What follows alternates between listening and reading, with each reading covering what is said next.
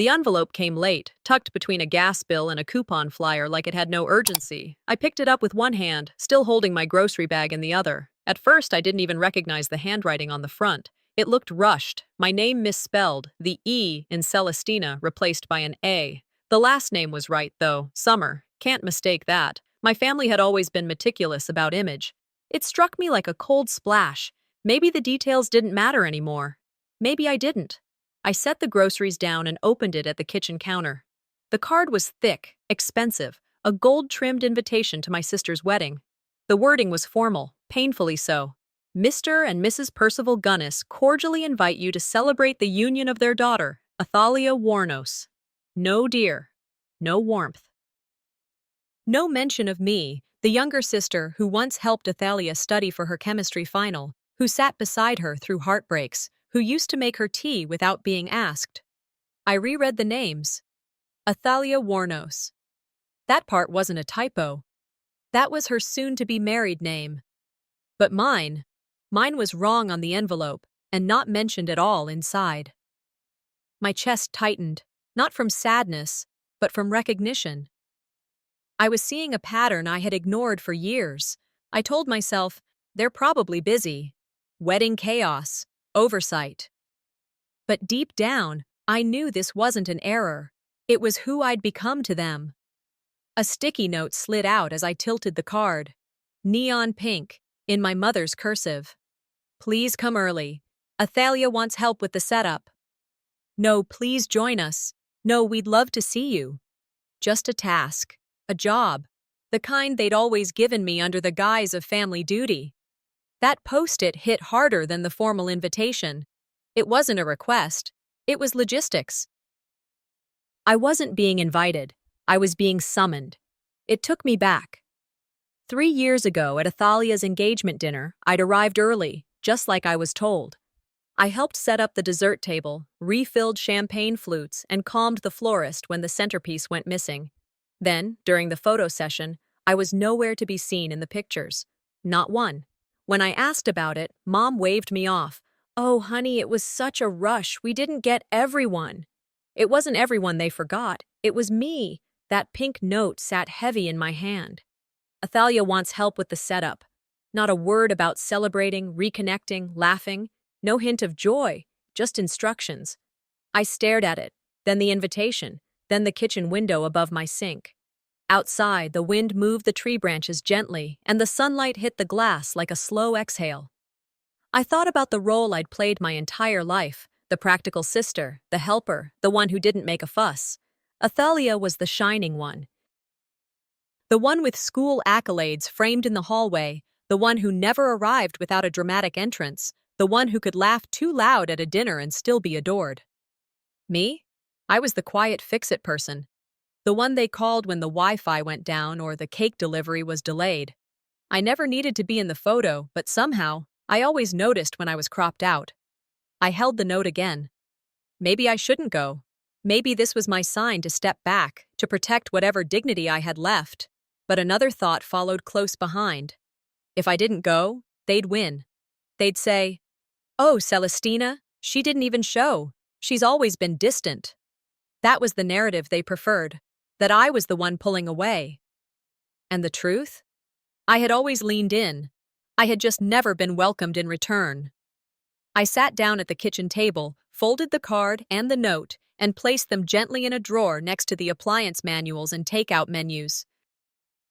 That's where it belonged, filed under things I need to deal with, but not emotionally.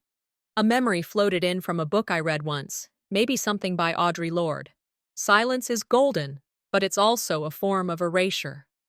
That stuck with me more now than it did then. For years, I'd kept the peace, smiled politely, showed up early, helped quietly, and all that time, I had mistaken silence for grace. That wasn't grace, it was suppression. In families like mine, Southern, traditional, tightly bound by appearances, being the unmarried daughter past 30 made you two things: available and invisible. Available to help, invisible in importance. I had been both, and I was tired. This wedding wasn't about love, it was a stage, and my role, apparently, was backstage crew. I picked up the note again. Read it one more time. Please come early. Athalia wants help with the setup. 7 words that said everything about where I stood. I poured myself a glass of iced tea, the kind I always made with extra lemon and mint, not because anyone asked, but because I liked the taste. I sipped it slowly, letting the bitterness sit on my tongue before it faded. I thought about going, about showing up on time, or better yet, earlier than expected, but not to decorate or direct vendors. No. This time, I'd arrive on my terms.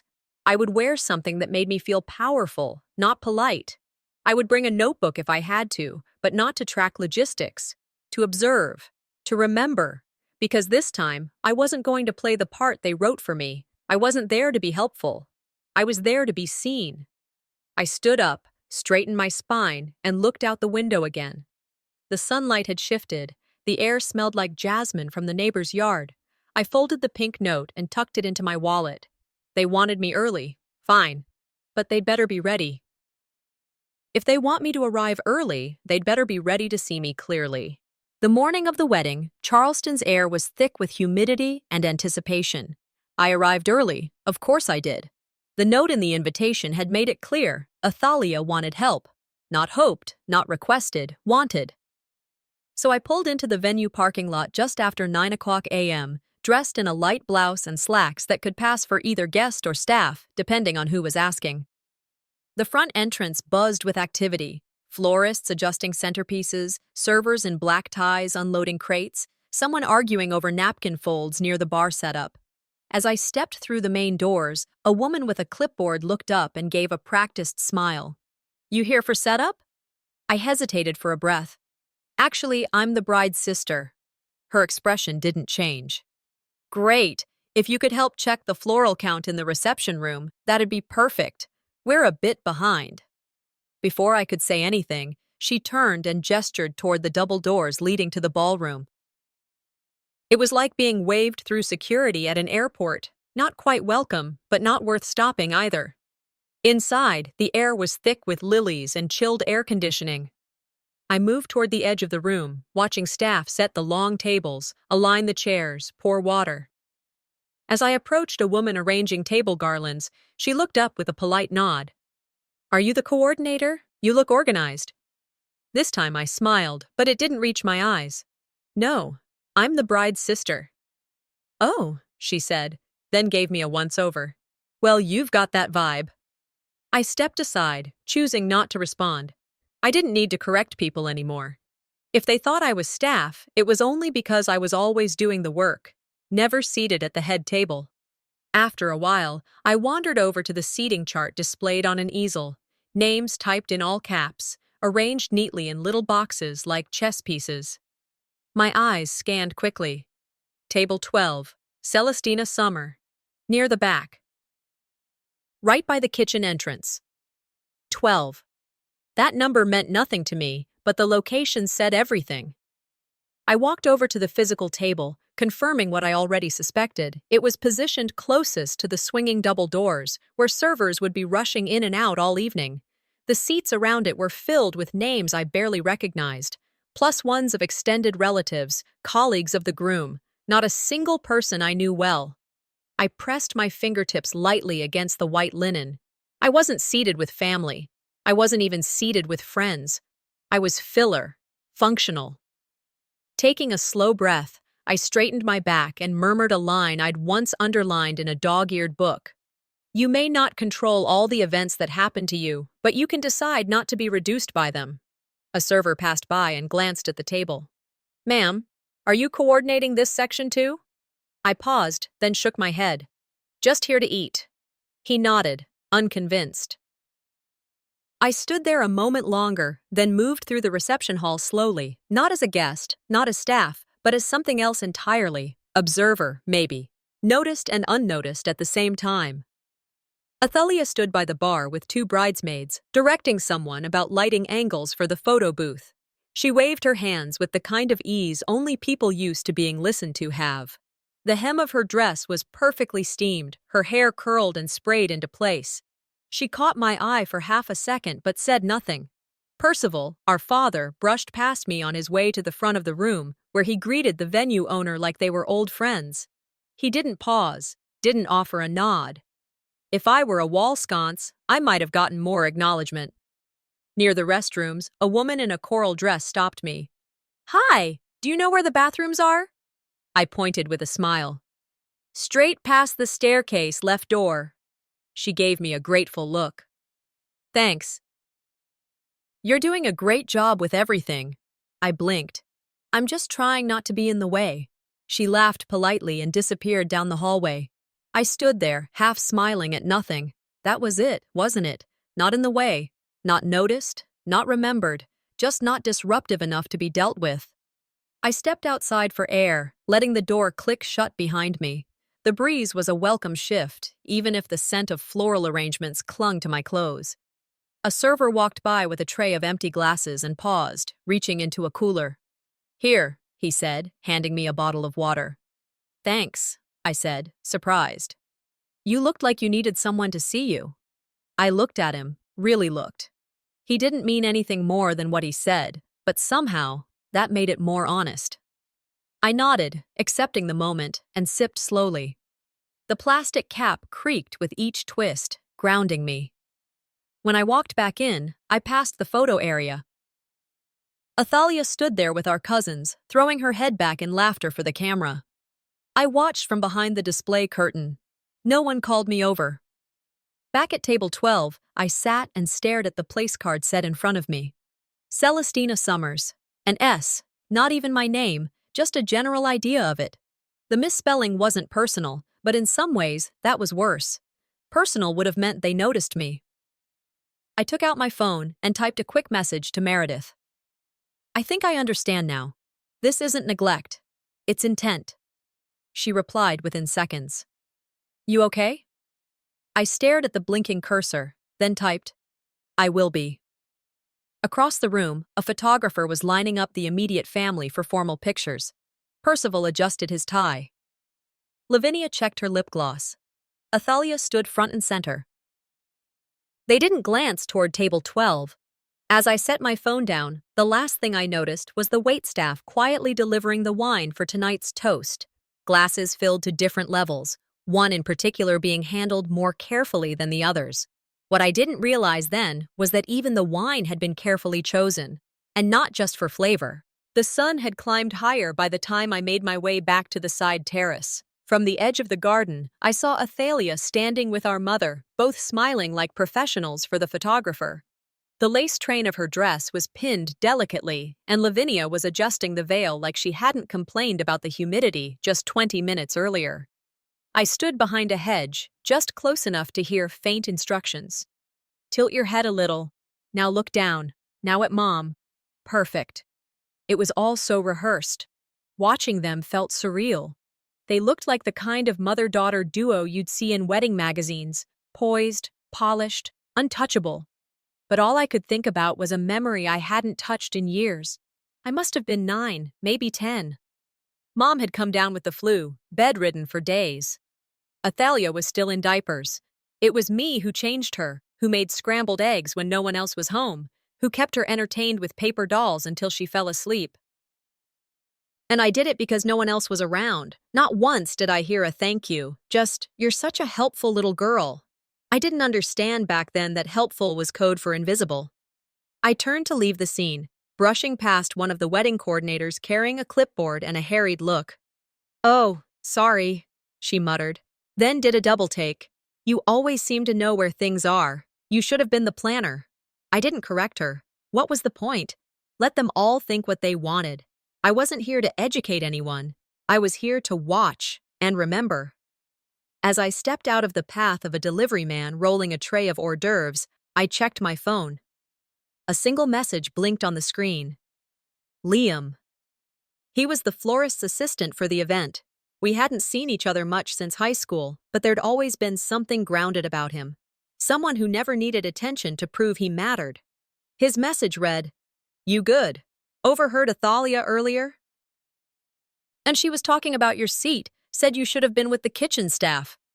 The words hit like a slap, not because I was surprised, but because someone else had heard it. I stared at the screen. My fingers hovered over the reply button. I typed a quick thumbs up emoji, paused, then deleted it. Instead, I archived the message. Better not to have proof, yet. Liam had once shown up to my doorstep with soup when I was homesick for 3 days. Athalia had been home the whole time and never left her room. Mom had said, "Your sister doesn't do well with sickness." As if empathy was an allergy. I pocketed my phone and moved through the hall. Inside, Athalia now stood with 2 guests, explaining how the family had really come together to make the day happen. Her voice was smooth, her smile genuine to anyone who hadn't spent decades decoding it. "Family is everything," she said. "That's what Mom always taught us." I could feel my grip tighten around the water glass I had picked up. There was no reason to grip it that hard, but there I stood, holding back something more than water. She used to cry if I left the room. That was what one of our cousins had just said, barely 20 minutes ago, tipsy and nostalgic. "You two were so close. Athalia would wail like someone died if you walked out when she was little." I had smiled at the time. She forgot, but I didn't. And wasn't that the truth? She'd forgotten the fever, the trembling little body I held under a wet towel while I called the family nurse, the time I skipped a school field trip because no one else was home. I remembered. I remembered everything, including the aftermath. A week later, Mom came into the kitchen and saw me mixing soup from a can. "You didn't mess up the kitchen, did you?" she asked. That was the thanks. Now, as Athalia sipped champagne and praised our collective strength, I stood 3 tables away, staring. I wanted to walk over and ask her if she remembered the look on her face when she begged me not to leave her room that night. If she remembered clutching my wrist like her world would end if I let go. But she didn't. She had rewritten the script and cast herself as the lead in a story I was barely a footnote in. I moved toward the garden again, trying to breathe. A few guests strolled past, chatting about the elegance of the event. One older woman said, "They've raised such a picture-perfect family." Picture perfect. That's all it had ever been about. I reached for my phone again and reread Liam's message. "You shouldn't be seated there." Those 6 words felt different now. They weren't about the table. They were about everything. How far were they willing to go to make sure I didn't exist in this story? How easy was it for them to erase me from every shot, every anecdote, every photo album that would go on display in living rooms and digital frames? And if they were that committed to pretending I wasn't there, what else had they written out? I looked back through the open door. Lavinia was helping Athalia adjust her dress again, this time for a shot in front of the piano. Percival stood beside them, checking his watch. Not one of them had asked if I'd eaten. I walked back to my assigned seat at table 12. The place card still said Celestina Summers. Wrong name, wrong table, wrong version of me. But this time, I wasn't going to correct it. I was going to remember it. Because if there was one thing I was good at, one thing they'd forgotten I'd mastered, it was remembering, and this time I'd remember everything. When the champagne glasses clinked and the toasts began, I knew my role had officially shifted from forgotten guest to background noise. It wasn't surprising. It never was. I stood near the corner of the reception hall, half shielded by a column, watching Uncle Travis, retired banker, full-time flatterer, raise his glass and boom with confidence.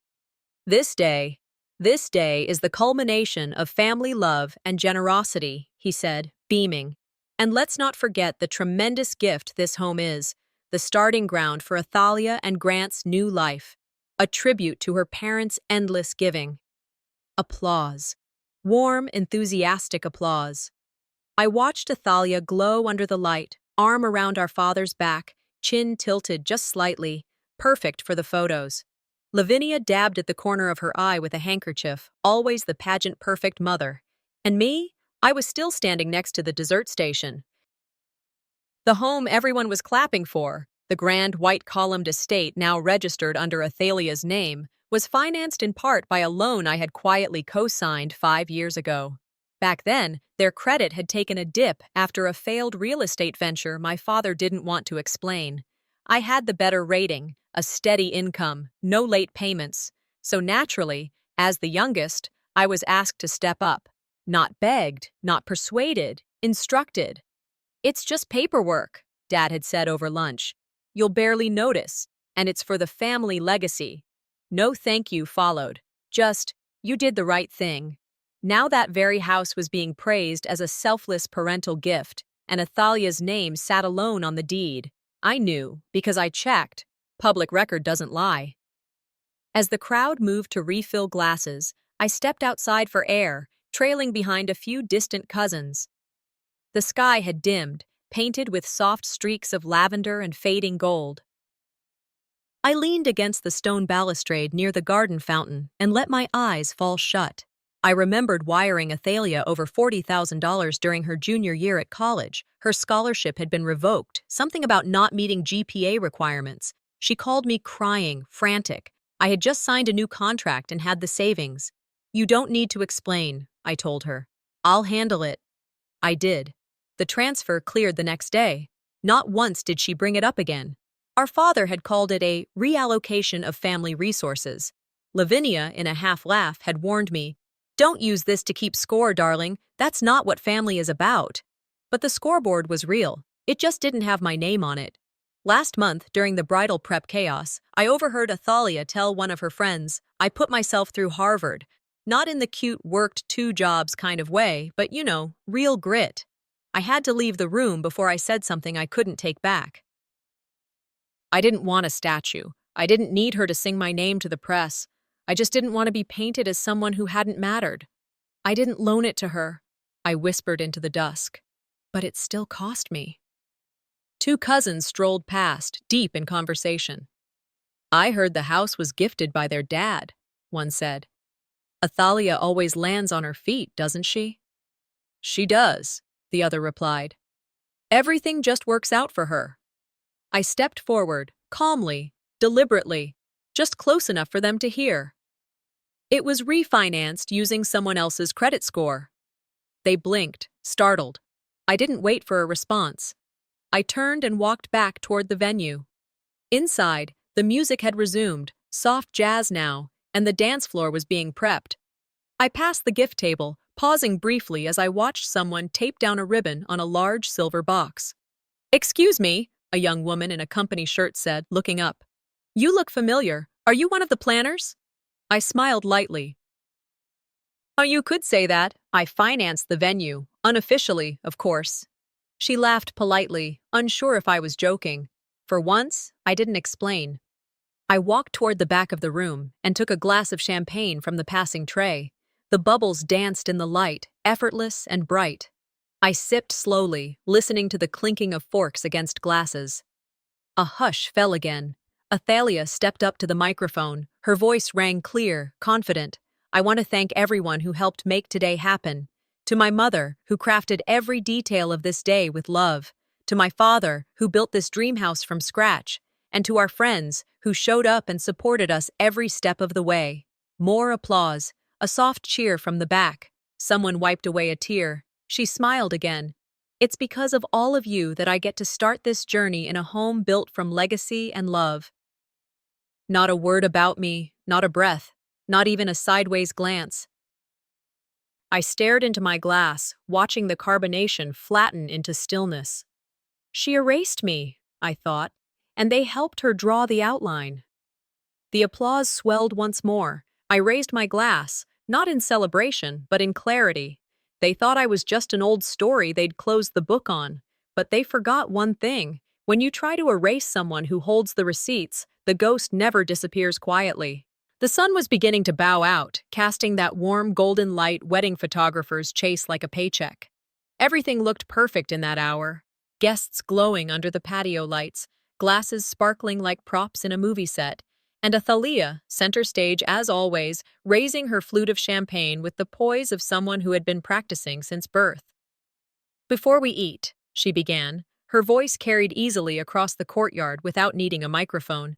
I just want to thank everyone who made this day so incredible. To my parents, Mom, Dad, you've given me a life full of support, love, and beauty. And to my husband's family, thank you for welcoming me with open arms. And of course, to our amazing friends and cousins, this wouldn't be the same without you. She paused, beaming. The crowd responded right on cue. Polite applause, a few cheers, some soft ahs. I watched every nod, every clink of glass. People glanced around the patio, smiling at one another, but not at me. She didn't mention me, not a whisper, not even a vague, to my sister, or a nod in my direction, nothing. I didn't need applause, but being omitted, intentionally, was a different kind of cut. It didn't bleed, it burned. I didn't need praise, I thought. I needed not to be invisible. As the cheers faded and people returned to small talk and plated salad, a hotel staffer approached me quietly from the side path leading from the main house. "Excuse me, ma'am," he said in a soft tone. "I believe this might be yours?" He held out something familiar, my old leather-bound expense notebook. I had left it on the table in the bridal prep room hours ago, a casualty of chaos and expectations. I took it from his hand slowly, my fingers running over the worn spine and corners I'd smoothed over time. "Thank you," I said. Inside were lists, rows of numbers, vendors, dates, phone extensions, venue deposits, floral orders, catering advance checks, all written in my hand. I had started jotting them down when Mom asked me to just help keep track of the boring stuff months ago. I never stopped. A wedding planner nearby glanced over my shoulder. "Oh, that's yours. You were the one keeping it all together." I wondered who was handling the vendor coordination behind the scenes. I gave her a polite smile, tucking the notebook into my bag. "Something like that." It sat heavy in my purse, not because of its weight, but because of what it now represented: proof. Quiet, unglamorous proof of everything I did without acknowledgement. I hadn't intended to use it, but now I wasn't so sure. Later, during the meal, Percival stood to give his speech. He tapped the side of his glass with a silver knife, signaling for silence. "We all know," he began, "that family is the foundation on which everything lasting is built. My daughter Athalia, she carries our legacy forward. Her grace, her brilliance, her strength, they reflect the generations that came before her." His voice was steady, rehearsed. "And none of this day, none of this beautiful future would be possible without Lavinia, my partner in life, and the woman who made this wedding sing." Applause. He raised his glass, eyes sweeping the crowd, skipping over mine like I was a shadow in the wrong lighting. Not one mention, not of my help, not of my presence, not even of my existence. Someone across the table from me leaned toward their spouse and whispered, "Wait, isn't that her sister?" I didn't flinch. I lifted my own glass, not in toast, but in acknowledgement of silence, and drank. Later, as I sat at my lonely seat, I tore a piece off the napkin and began writing. "Power doesn't shout," I scribbled. "It records." I looked around at the curated crowd, the strategically placed candles, the symmetry of everything that had been shaped, painted, rehearsed. All the perfection that I had quietly helped fund, assemble, execute, and yet here I was, no name in the speech, no photo invite, no seat at the family table, just a half-acknowledged presence in the backdrop. I wasn't angry, not anymore. I was preparing. Because when you've been overlooked long enough, eventually you start paying closer attention. As the evening shifted toward dancing and dessert, the photographer began calling people up for pictures, the newlyweds with their best friends, then the bridal party, then the extended family, the parents, the godparents. No one called my name. At one point, I caught the photographer glancing toward my table. He held his camera loosely, unsure. I could see the hesitation in his face. Was I someone he had missed, or someone he was told to avoid? I gave him the answer silently, lifting my glass again. He turned away. "It's not that I'm out of the picture," I thought. "It's that they never wanted me in it." And that notebook? That was the first item in my archive, and I wasn't going to stop collecting. The sun had begun its descent behind the moss-draped oaks, softening everything in that golden haze wedding planners swear by. It made the string lights twinkle sooner, made the skin of smiling guests look more forgiving, more photogenic. The MC called for attention, clinking a fork gently against a champagne flute. "We invite the immediate family up for the ceremonial toast," she announced, her voice warm, trained. "Please raise your glasses for the bride and groom." I remained by the edge of the patio, one hand resting on the back of a chair I hadn't been invited to occupy. Around me, the motion of the event carried on. Cameras flashing, servers weaving, laughter rising in curated waves. The champagne tray circulated among the family first. I watched as my father, Percival, reached toward it and plucked a flute, not at random, but with care, his eyes scanning each stem as if searching for a mark only he knew. Then he turned, walking toward me with that same rehearsed smile he'd worn in country club newsletters and charity galas. He used to give me apple juice in a plastic wine glass on my birthdays. Back then, his eyes crinkled when he smiled. There was warmth in them. That warmth was gone now, replaced by something polished, cold steel under a velvet glove. "Celestina," he said, lifting the glass between us. I reached to accept it. Instead, he tipped it. Not all at once. Not in a clumsy spill. Deliberate. Controlled. First on my hand, the chilled bubbles rushing over my fingers. Then on my shoulder. My dress. A patch of fabric soaked in seconds. The cold hit first, but it was the silence that followed that turned my stomach. Around us, conversations stuttered. Forks paused mid-air. Then came the forced chuckles. "Oh, Daddy, really?" Athalia's voice rang out, too loud, too amused. "You've got to stop drinking before the toast," someone murmured. "Accident?" Another voice followed, softer. She stood too close. No one looked directly at me. They looked past me, around me, through me. I didn't flinch. I didn't recoil. I grabbed a linen napkin from the table beside me and calmly began dabbing the fabric, as if the wine had landed on a centerpiece instead of my skin. If I say something, I thought, I become the problem. If I stay silent, I become the stain. Lavinia raised her glass quickly, her voice slicing through the moment. "To the bride!" A cheer followed. Just like that, the scene reset. Guests resumed sipping. Servers resumed serving. A few people glanced my way with that familiar blend of pity and avoidance, like I was a cracked teacup too delicate to comment on. I turned away, heading toward the restrooms, my heels quiet against the brick path. Just as I passed the archway of garden roses, Athalia stepped into my path. She didn't block me outright, but she positioned herself with intent, like someone posing for a camera not yet raised. Her smile was flawless, her tone sweet. "Having fun?" I kept walking. I didn't have the energy for performance. But she leaned in, voice low enough for only me. "Beggars shouldn't be here." I stopped, just for a second.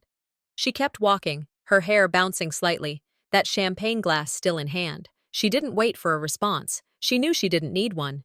In that moment, something inside me shifted, not broke, just shifted, as if a final piece of a puzzle had clicked into place, revealing a picture I had refused to see. Athalia wasn't cruel by mistake. She was strategic. Everything was crafted. Her tone, her image, her moments of sweetness. The cruelty was in the contrast. I continued toward the restroom.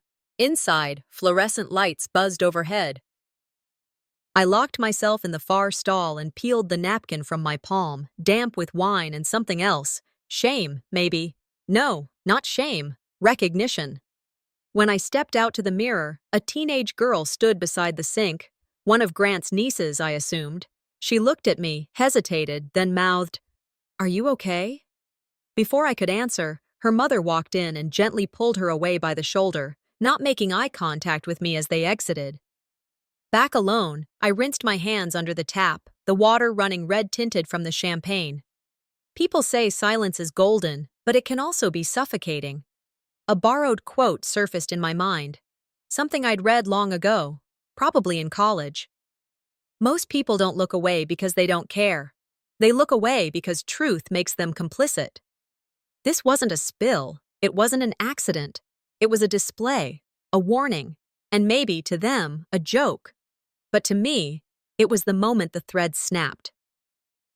Back in the stall, I changed into the shawl I had stuffed in my purse, wrapping it over the stained section of my dress. When I returned to the mirror, I stared into my own reflection for longer than I expected. I didn't look broken. I looked unfinished. My phone buzzed. Liam. I saw, "You okay?" I stared at the message for a long beat, thumbs hovering above the screen. I didn't reply. Instead, I locked eyes with my reflection again and whispered, "You wanted me to be invisible, but now you've made me unforgettable." The wine would wash out, the silence wouldn't, and if I was never meant to be part of this family, then I had nothing left to lose. The stain on my dress had dried into a quiet mark, now a darker shade against the pale blue fabric. I hadn't changed. I hadn't even tried. The coldness of the champagne had long faded, but its memory stayed pressed against my skin like something I hadn't agreed to wear. Around 7:30, the air grew thicker. Guests buzzed with just enough alcohol to start lowering their voices. The dance floor was opening, and small groups were forming, laughing around tables with centerpieces I had approved months earlier. The ones I'd made sure would arrive on time, budgeted without thanks. I had taken a step toward the fountain, trying to find somewhere the music didn't bounce off the stone and hit me in the chest, when someone touched my arm. An older man, gray-haired and neat, from the groom's side. I didn't recognize him. "Are you all right, miss?" he asked, offering a white linen napkin. The softness in his voice startled me. I nodded once. Before I could form a word, Athalia appeared out of nowhere, positioning herself between us like a stage manager protecting her star. "Oh, she's fine," she chimed. "She's just dramatic sometimes." The man blinked. I saw his hesitation. His eyes shifted between us, between the woman holding her glass like royalty and the one with the stain. He nodded awkwardly, turned, and walked away without another word. I hadn't even spoken. My agency was gone before I opened my mouth. They didn't just control the moment, they controlled the interpretation of it, and they did it in real time. I walked to the side entrance near the kitchen corridor, needing a sliver of silence. Servers brushed past me politely, focused and fast. I leaned against the cool wall just beside the swinging door. Behind me, I heard a whisper, clipped and careless. "She's just the help," a voice said. "Probably a cousin or something." But not like real family. It was one of Athalia's bridesmaids, blonde, lacquered, nasal. She said it like it was nothing. The hotel worker she spoke to nodded, not questioning it, just logging it away like information about a forgotten centerpiece. My lungs tightened, not out of surprise, but because it had never been so plainly said. They didn't just forget me, they reclassified me, not unwanted, unnecessary. That kind of recalibration hits differently when you realize it wasn't accidental. It was orchestrated, calculated. They weren't embarrassed for me, they were embarrassed by me. I pressed both palms flat against the wall, as if I could push the memory of that sentence into the drywall and leave it there. But I carried it with me as I turned away and walked past the edge of the garden. It wasn't the first time. At 15, I had planned a charity brunch for Lavinia's Women's Club. I'd printed the menus, called the vendors, created the seating chart by hand. The photos from the event were posted the next day on their website. I wasn't in a single one. When I asked why, Lavinia said, "Well, you were running around all morning, honey. You looked tired. You wouldn't have liked any of the pictures." That was the language of my childhood. A lifetime of being helpful, but not seen. Now, as a full-grown woman with my own name on my business and more than a few notches on my resume, I was still being pushed behind the curtain like I hadn't paid for half the props. Athalia brushed past me on the stone path near the rose bushes, headed toward the bar. She caught my eye. "Still here?" she asked, like I was an overdue guest. I held her gaze. I paid for more than just the seat I wasn't assigned. She stopped mid-step. Her eyes narrowed just slightly. Not enough to call attention, but enough that I saw the shift. She didn't respond. She turned and kept walking. I didn't. I stood right where I was, not in pain, but in control. And that felt new. I made my way to the pergola at the back of the garden. It was quieter there, the music only a hum, and the laughter distant. The hanging lights glowed softly above me like fireflies that had given up pretending. I pulled out my phone and stared at the screen for a moment. No new texts. Then I typed, "Would you still have the deed copy we filed in 2018? I sent it to Meredith. No explanation, no emojis, just a fact waiting for confirmation. I stared up at the lights, wondering how long they'd stay lit once the guests were gone, wondering what else would dim when the performance ended. If they wanted a story, I'd give them one. Not the one they scripted, the one they edited me out of, and the one I was about to tell from the beginning, with documents, dates, and every receipt they hoped I'd lost, because I was never family to them. But I had the power to become their consequence. It was nearing 10 when the reception began thinning out. The crowd had thinned just enough that the laughter felt forced, like a punchline had overstayed its welcome.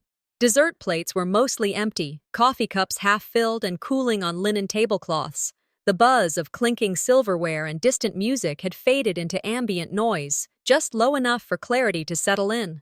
I passed the gift table on my way to grab a glass of water. It had once been overflowing with boxes wrapped in champagne-colored foil and soft white bows. Now it was mostly bare, except for a couple of cards that hadn't yet been opened, and something else. It was what wasn't there that caught my attention.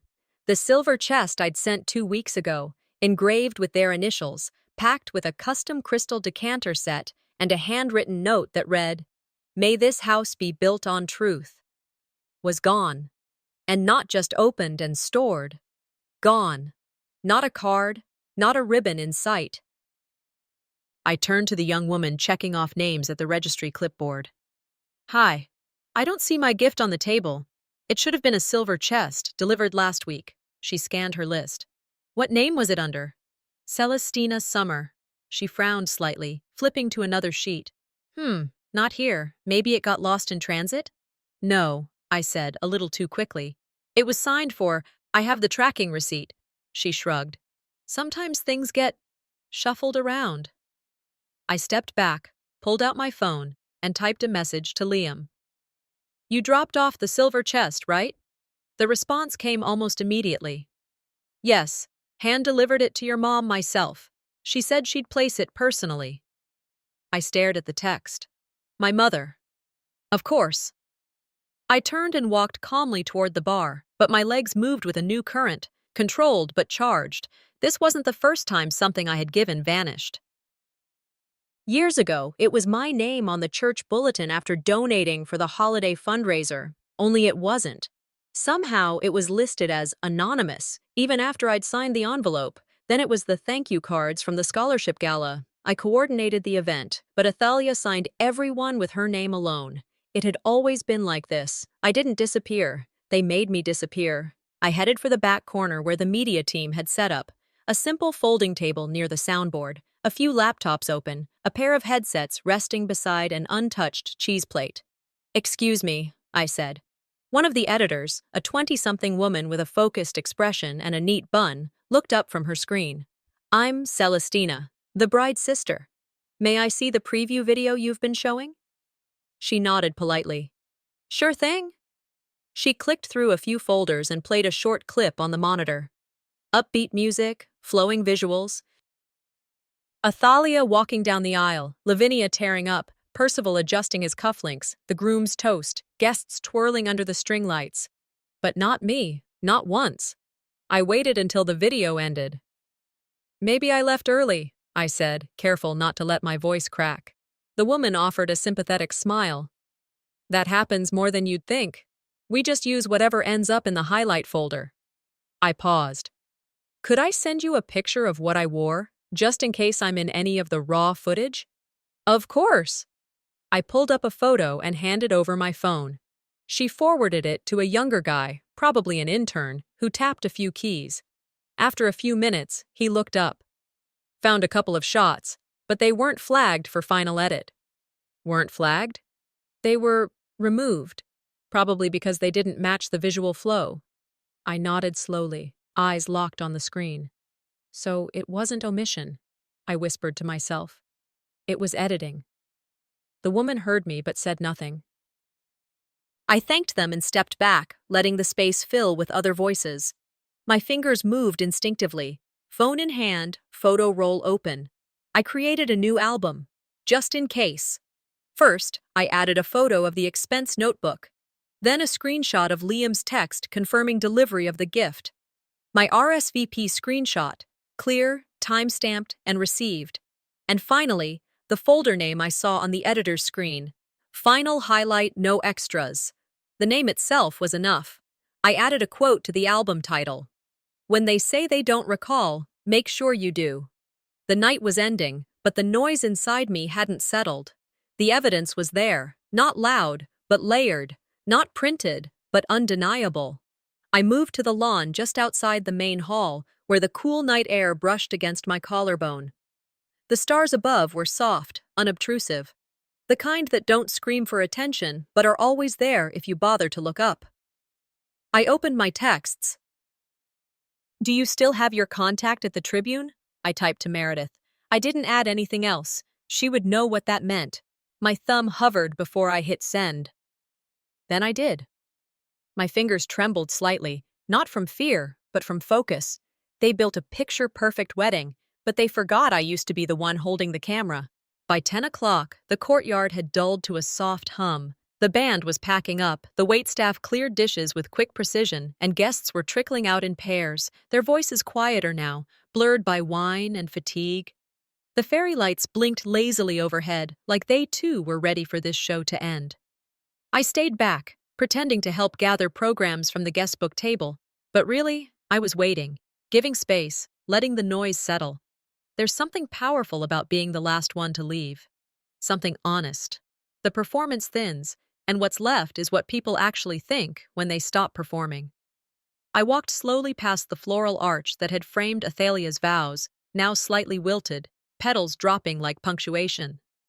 The side terrace led to a smaller hallway where the kitchen staff passed through. And that's when I heard her voice. "Lavinia, I told you not to let her come," she said, the edge of irritation curling every syllable. "This is what happens when you let her linger. She always ruins the picture." Another voice followed, lower, smug. "Athalia, she's not that smart. She doesn't have the guts. She'll sulk, maybe post a cryptic quote, but she won't do anything." I stood still, half hidden by the doorframe, my back to the vines. I didn't make a sound. My phone was already in my hand. I tapped the record button. They didn't know I was there. They didn't just exclude me. They conspired. That word, conspired, settled in my chest heavier than the champagne had. This wasn't just carelessness. This was curation. A family brand that required my absence to shine. I waited until the door shut again behind them, then stepped back into the open air, the cool night grazing my skin like a second wind. I headed for the parking lot, the gravel crunching beneath each deliberate step. The last cars idled as guests said drawn-out goodbyes. I didn't say anything to anyone. I slid into my car, shut the door, and breathed. There was nothing left to witness. I opened the album in my phone labeled "Just in Case." There it was, my quiet artillery. The scan of the expense notebook. The screen grab of Liam's text confirming the silver gift was handed to my mother. A photo of the RSVP confirmation. A time-stamped frame from the wedding video showing my absence, my edit. And now, the audio clip. Unfiltered. Crisp. I opened my email app, created a new message, and addressed it to 3 recipients. First, Meredith's contact at the Tribune, a woman I'd met once over brunch but never had reason to speak to since. Then my own attorney. Finally, myself, for the record. Subject line, for public record, the forgotten daughter. I attached everything. No flowery explanation. No long-winded history. Just facts. Proof. I stared at the send button for a moment, feeling the tightness behind my ribs shift. It wasn't fear, not anymore. Then I pressed send. The phone screen faded to black. I started the engine and rolled down the windows. The Charleston air hit me immediately. Humid but cool now, night-tamed. The roads were mostly empty, just the occasional headlights cutting through the dark. I didn't turn on music. I didn't need it. The quiet felt earned. I thought back to every time they'd called me the reasonable one, the helper, the calm one. It had always been a compliment they used like a leash. Don't raise your voice. Don't embarrass the family. Be understanding. Be useful. They thought silence meant surrender, but it was surveillance. A quote floated up from memory, something I had read once on a page I tore out and taped inside a notebook. Never mistake composure for weakness. I gripped the wheel tighter. They had underestimated me the way people often do when you don't make scenes. They never saw the way I watched, or how long I carried the weight of what I didn't say. They assumed if I didn't push back immediately, I never would. But I wasn't waiting for permission. I was waiting for my moment. Years ago, Athalia told a friend at brunch, loud enough for me to hear, "Celestina's harmless, sweet but spineless." They had laughed, sipping from their stemmed glasses, their teeth white and aligned. She was right about one thing. I was sweet. But spineless? No. I was steel underneath etiquette. I pulled into the driveway of my rental. The porch light blinked on automatically. I shut off the car and sat there, letting the silence linger one more beat. My phone buzzed against the console. The journalist had read the email, read receipt confirmed. Then, another buzz. Unknown number. "I believe you. I have something to add." No name, no detail, but I knew. The cracks were forming. I leaned back in the seat and let my head rest against the headrest, staring through the windshield at nothing. The house in front of me was modest, rented for the weekend, but it felt more like home than the house I helped pay for across town. They wrote me out of the story. But tomorrow, the headlines will start with me. Sunday morning broke without ceremony. I didn't hear birds chirping or feel any kind of peace from the soft sun peeking through the blinds of the rental's guest bedroom. What woke me was the vibration of my phone. Over and over and over again. Missed calls, voicemails, texts, dozens of them. I sat up slowly, letting my feet touch the cool hardwood. The floor groaned beneath me, a real sound, grounding me in the aftermath of what I'd done, what they did. The screen was full of names I hadn't seen in years. High school friends, former coworkers, even a cousin I hadn't spoken to since our grandmother's funeral. "Are you okay?" "I just read the piece. Holy hell. They really left you out of your own sister's wedding?" And then I saw them. The headlines. "Bride's sister left off guest list, but paid the price." A wedding built on silence? The sister they tried to erase. I didn't feel triumphant. I didn't feel revenge. I felt seen. It was like being pulled out from under a weighted blanket I didn't know I'd been sleeping beneath my whole life. One voicemail caught my eye. "Meredith. You did it," she said, her voice tired but proud. "And you weren't alone." I set the phone down beside me and stared at the wall. The email I'd sent the night before flashed in my mind. All the receipts, attachments, timestamps, all the evidence that had lived quietly in my phone, in my purse, in my mind. This was what accountability felt like. Not loud, not cathartic, just still, like finally standing upright after years of slouching to fit into their narrative. At breakfast, Meredith called. "You still have the copy of that 2018 deed, right?" she asked between sips of something that sounded like strong coffee. I nodded reflexively, even though she couldn't see me. "It's in my file box." "Hang on." I rummaged through the wooden drawer of my childhood desk, now used to hold old tax forms, expired coupons, and that one letter from my grandmother I could never throw out. There it was, the purchase agreement, my signature right beneath my father's. I had co-signed the house that Athalia now lived in, the one she thanked them for during her speech, the one they told everyone was a gift from Mom and Dad. I scanned it, attached it to an email, and hit send. Minutes later, a response from the Tribune journalist popped up. "This adds a legal dimension. We'll follow up soon." I stared at the email a long time. "They thought I didn't keep records," I whispered. "They forgot that surviving a family like this requires backup plans." This wasn't just proof. It was armor, and I had worn it for years without knowing. Later that morning, another message came through. This one from the wedding coordinator, the same woman who had asked me if I was the planner. Attached was a photo of the official event run sheet, printed and highlighted. 4:45 p.m. Remove Celestina from photography flow before family portraits. My name, printed, scheduled, erased, not forgotten, removed.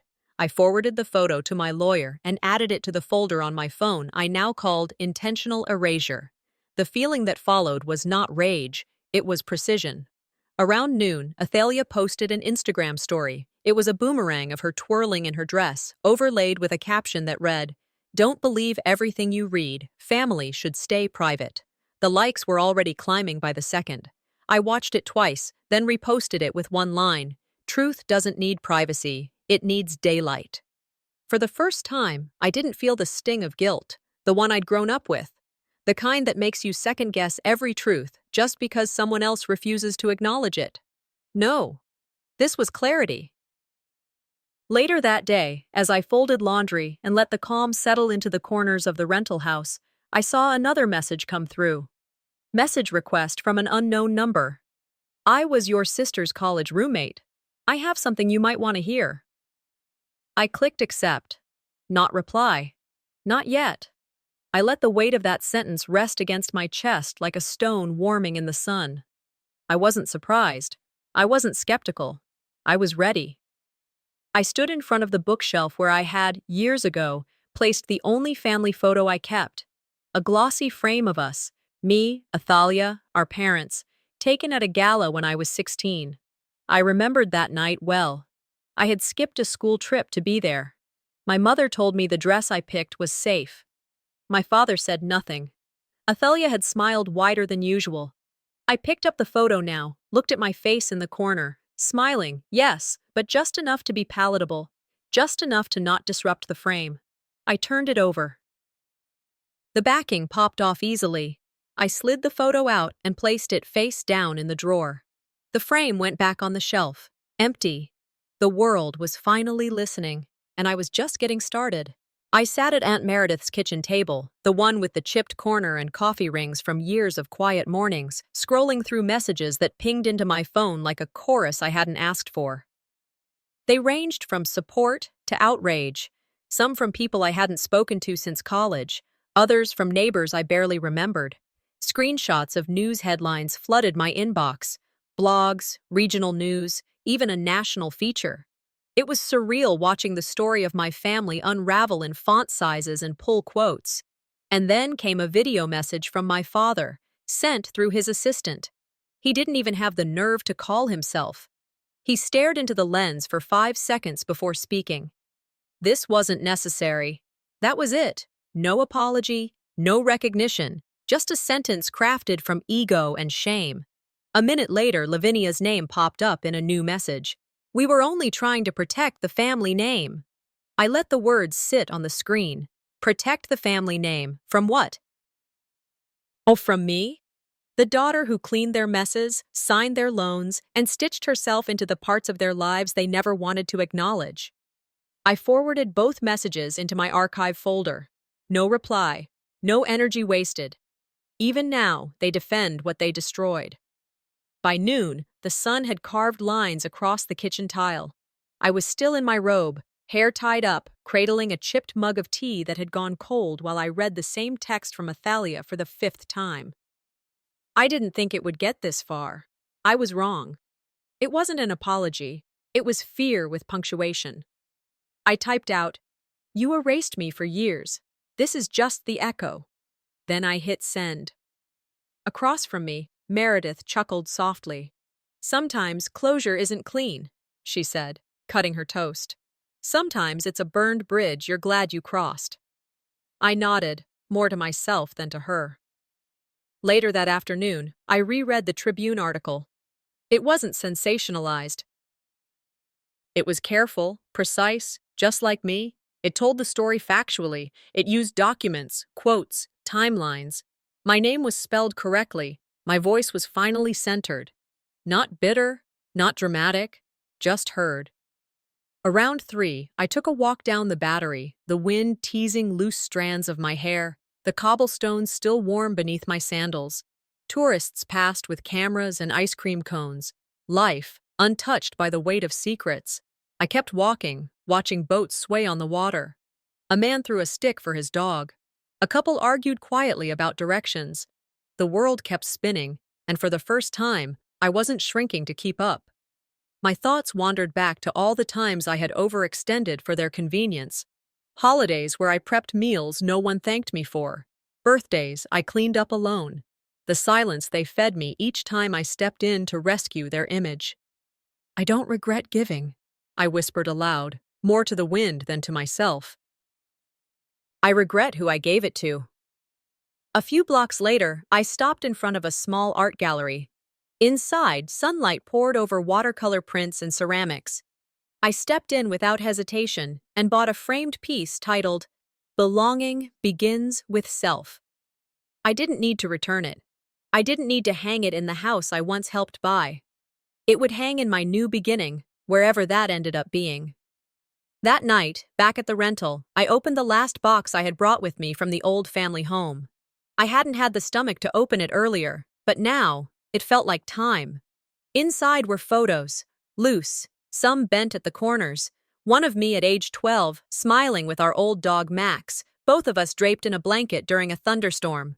That one, I kept. There was a broken charm bracelet with one missing bead. A card from Lavinia that read, "Do better, love, Mom." I had no memory of what it was attached to. And finally, a letter, unopened. Sealed with a sticker I vaguely remembered from my teenage years. I had written it to myself at 16, one of those school assignments. Write to your future self. I didn't read it. I didn't need to. I burned the rest of the box in the small fire pit behind the house. No music, no tears, just crackling wood and the glow of letting go. This wasn't revenge. It was release. I didn't need their recognition. I didn't need to repair anything, because what mattered was already clear. I had archived the truth, and what remained after the fire was finally enough. That evening, I sat on the porch with a journal in my lap. The pen glided easily now. My story began in that family, but it doesn't end there. The words sat firm, unmoving. I lit a candle beside me, not for mourning, for beginning. My phone pinged with a new email from my lawyer. "You've been invited to speak on a podcast about family trauma survivors. National audience. Let me know." I stared at the screen, the flame flickering beside me, dancing like something that had waited its whole life to be noticed. I thought I had nothing left, but what remained was mine, and I was ready to speak. 1 week after the wedding, the world had already made up its mind. The headlines hadn't faded. In fact, they multiplied. Every few hours, a new headline popped up like weeds on a front lawn no one could mow fast enough. "Sister erased, inside the Sommer family fallout." "Athalia's perfect wedding cracks." "The daughter who brought receipts." The hashtags were everywhere. "Silent sister," #erased no more, "not just the help." I didn't post a thing. No clarification, no retort. My inbox overflowed with podcast invites, interview requests, and social justice groups wanting to turn my story into some kind of campaign. I declined most of them. This wasn't about trending. It wasn't about revenge. It was about exhaling. Finally, I sat on the porch of Meredith's home, sipping from a chipped tea mug. The sky was soft, almost apologetic, and the scent of jasmine drifted lazily from the hedges. "Sometimes your silence shouts louder than their publicists," Meredith said as she walked past with a fresh mug for herself. I didn't respond. I didn't need to. I just sipped and stared straight ahead. 2 days later, an envelope arrived. Official, thick, lawyer letterhead official. My father's name printed neatly above the firm's return address. Inside was a request. A family meeting. Private. To discuss the fallout. His words. I chose the location, a neutral mediator's office just outside Charleston. Not a home, not a hotel, not a memory. I walked in first. They arrived late, of course. Percival, Lavinia, and Athalia, side by side, like the broken leg of a once golden chair still trying to balance its image. Percival wore his classic navy suit, not a wrinkle in sight. Lavinia's pearls sat just above the collarbone, trembling ever so slightly. Athalia didn't look at me once. The mediator explained the ground rules, then nodded for me to begin. I opened a manila folder and laid it out on the table without a word. First, the printed email trail, expense records showing wedding deposits in my handwriting. Second, the image of the event timeline with my removal scheduled. Third, the voicemail transcript, I told you not to let her come. Finally, the deed. Signed in 2018, my signature side by side with his. I looked at my father and said, "This is not revenge. It's a receipt." Lavinia reached for her glass of water, but didn't lift it. Percival cleared his throat and started with what sounded like a prepared statement, apologizing for unintended hurt and miscommunication, stressing family legacy and reputational impact. I stopped him with a raised hand. "This isn't about legacy, it's about accountability." Athalia finally spoke, quiet. "What do you want, Celestina?" The mediator summarized. "I would waive defamation damages and drop all pending claims if they signed over full control of the property I helped finance." There was a beat of silence. They signed, not happily, but they signed. When we stood, my final words were simple. "I'm not angry anymore. Just unavailable." On the drive home, I played no music. The hum of tires against road was enough. It felt like a lullaby, not from nostalgia, but from conclusion. Letting go didn't mean forgetting, it meant finishing. 1 week later, I sat across from a host with a microphone clipped to my collar. The podcast was called Family Isn't Always Blood. The title alone made me say yes. I told my story, not with tears, not with venom, just calmly, clearly. By the time we wrapped, her producers had tears in their eyes. The inbox filled again. Messages from strangers, women, sons, caregivers, ex-wives. "This is my story too. You put words to what I never could. Thank you." So I launched something. The Archive. A nonprofit dedicated to stories like mine, like ours, for every daughter erased from a wedding photo, every uncle written out of a will, every person gaslit into thinking their truth was too much for the family. "They erased me from a wedding," I said during the press launch, "so I built a platform where no one gets erased." That evening, I hosted dinner on my own back porch. Nothing fancy, string lights from Target, secondhand furniture, garden chairs that didn't match. But it was mine, my table. Meredith brought lemon pie, Liam grilled steaks. A few friends from the podcast circle joined us, all with different stories, and one thing in common: they were done being edited out.